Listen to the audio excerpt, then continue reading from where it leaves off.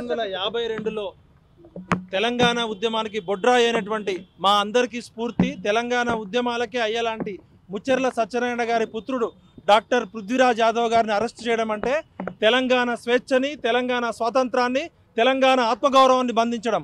ఆ రోజు సమైక్యాంధ్ర పాలకులకు ఎదిరించి కొట్లాడడం. ఈరోజు రేవంత్ రెడ్డి గారు చంద్రబాబు చెంచానా లేకపోతే అమిత్ షా బానిసనా తేల్చుకోవాలి.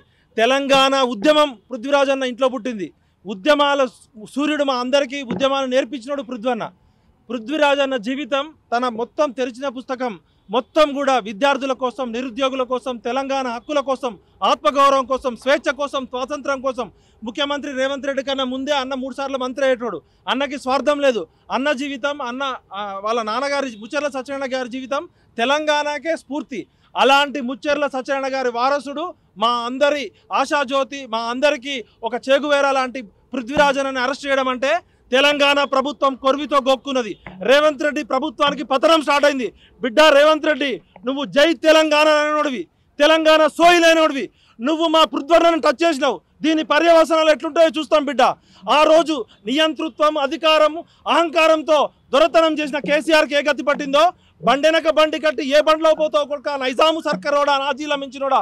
రేవంత్ రెడ్డి, నీ మొత్తం 4 కోట్ల ప్రజలు ఇవాళ బాధపడుతున్నారు. తెలంగాణ ఆత్మఘోషిస్తుంది. మా అందరి గొంతుకైన పృథ్వన్నని ఇవాళ 24 గంటల పాటు అక్రమంగా అర్ధరాత్రి పోలీసుల, గుండాల, రౌడీ షీటర్ల యూనిఫామ్ లేకుండా వచ్చి, వారెంటు లేకుండా ఇవాళ తెలంగాణ క్రాంతిదళ్ ఎక్కడ కూడా మార్వడి గోబ్యాక్ అనలే. తెలంగాణ క్రాంతిదళ్ తరపున పృథ్వన్న కానీ మేము కానీ ఎక్కడ కూడా మార్వడి గోబ్యాక్ అనలేదు. బంధుకి మేము సపోర్ట్ చేయలేదు, బంధుకు పిలుపునేయలేదు. ఉస్మానియా విద్యార్థులు ఇచ్చిన బంధుకి మాకు ఎటువంటి ప్రత్యక్ష పరోక్ష సంబంధం లేకపోయినా కూడా అర్ధరాత్రి గుండాలాగా వచ్చి కుటుంబ సభ్యులను ఇబ్బంది పెట్టి 10 నిమిషాల్లో తీసుకొస్తామని చెప్పి రకరకాల పోలీస్ స్టేషన్లు తిప్పుతూ దాదాపు 24 గంటలైంది.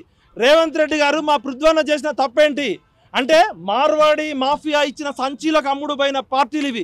ఇవాళ ఒక జాతీయ పార్టీ ఏమంటుంది, బాధితుల పక్షాన పృథ్వన్న నిలబడితే బాధితులకి అండగా నిలబడ్డ పృథ్వన్నను అరెస్ట్ చేసింది.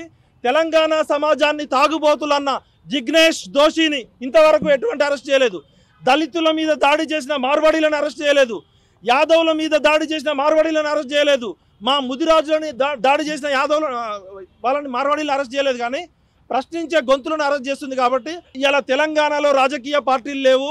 అన్నీ కూడా మార్వాడి మాఫియా విసిరేసే ఎంగిలి మెతుకులకు ఆశపడ్డ బానిసలు వీళ్ళు, బానిస కొడుకులు వీళ్ళు. ఈ రాజకీయ పార్టీలు మార్వాడి రాజకీయ పార్టీలు. తెలంగాణ ప్రజల ఓట్లు కావాలా, మార్వాడీల నోట్లు కావాలా అంటే అన్ని రాజకీయ పార్టీలు, ఇలా కాంగ్రెస్ కానీ, బీజేపీ కానీ, బీఆర్ఎస్ కానీ మాకు మార్వాడీల నోట్లు కావాలని స్పష్టంగా చెప్పింది.